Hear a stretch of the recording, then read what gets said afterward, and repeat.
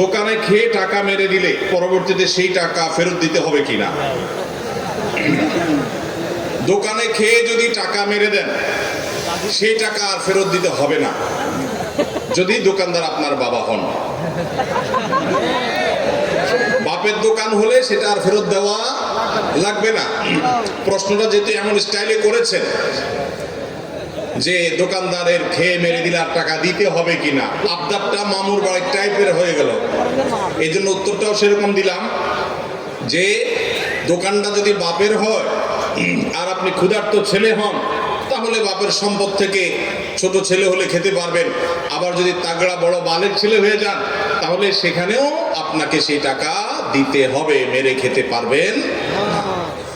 আমরা এতক্ষণ মানুষের হক সম্পর্কে আপনাদেরকে সতর্ক করার চেষ্টা করছিলাম কোরআন হাদিসের আলোকে।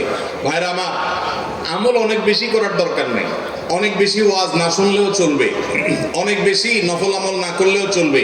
মানুষের হক মারবেন না কোনোদিন, জান্নাত একেবারে পথ সুগম দেখতে পাবেন। অতএব যদি কারোর দোকান থেকে কোনো কিছু খেয়ে টাকা না দিয়েছেন, ছোটবেলায়, ছেলেবেলায়, যৌবনকালে, পাগলামির বয়সে করে ফেলেছেন, অভাবের দায়ে হোক, স্বভাবের কারণে হোক, আল্লাহ যখনই আপনাকে সম্বিত ফিরিয়ে দিবেন, সেন্স যখন আসবে, চেতনা যখন জাগ্রত হবে, সাথে সাথে যত টাকা মেরেছেন ওই টাকাটা দোকানদারকে ফেরত দিয়ে আসবেন।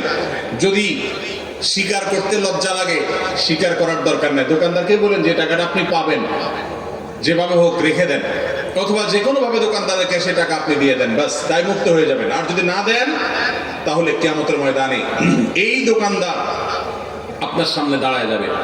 বহুত হজ করছেন, উমরা করছেন, ওয়াজ শুনছেন, তাসবিহ তেলাওয়াত করছেন, মুছে তাও দিয়া যখন জান্নাতে যাওয়ার জন্য রেডি হবেন, সামনে এসে দাঁড়াবে এই দোকানদার।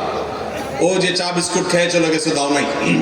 এলাকা রাজনৈতিক নেতা ছিলা, খাইতে খাইতে সব বাকিতে লিখে রাখো, লিখে রাখো, লিখে রাখো বলতে বলতে খাতার পরে খাতা ভরাইছো, দেওয়ার নাম গন্ধ ছিল না। নেতাকে তখন কিয়ামতের ময়দানে ঠিকই দাঁড় করানো হবে। এই নেতা বুড়ো বয়সে হাজী সাহেব হয়ে গেছে, মসজিদ কমিটির সভাপতি সেক্রেটারি হয়ে গেছে, অনেক বেশি আমলদার হুজুর হয়ে গেছে, হজ উমরা ইতিকাফ বাইতুল্লাহ গিয়া নিয়মিত করে, দাড়ি শুভ্র সাদা হয়ে গেছে, কানতে কানতে দোয়া চোখের পানি ফেলে ভাষায় ভরা ফেলে, 2 পয়সার কোনো লাভ নাই। সমস্ত উলামা ইকরাম একমত, বান্দার হক যদি সে নষ্ট করে থাকে, কিয়ামতের ময়দানে তাকে জবাবদিহি করতে হবে।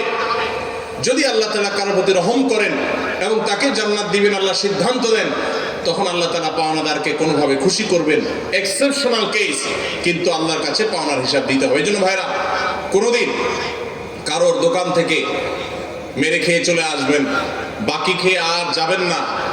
মনে রাখবেন, দুনিয়াতে সে হয়তো আপনাকে ধরতে পারবেন, আল্লাহ তাআলার পাকড়াও, আল্লাহর ধরা থেকে বাঁচার কোনো উপায় নাই। এই জন্য ভাইরা, মানুষের অধিকার ব্যাপারে আমাদেরকে সচেতন থাকতে হবে। আল্লাহ আমাদেরকে তৌফিক দান করুন।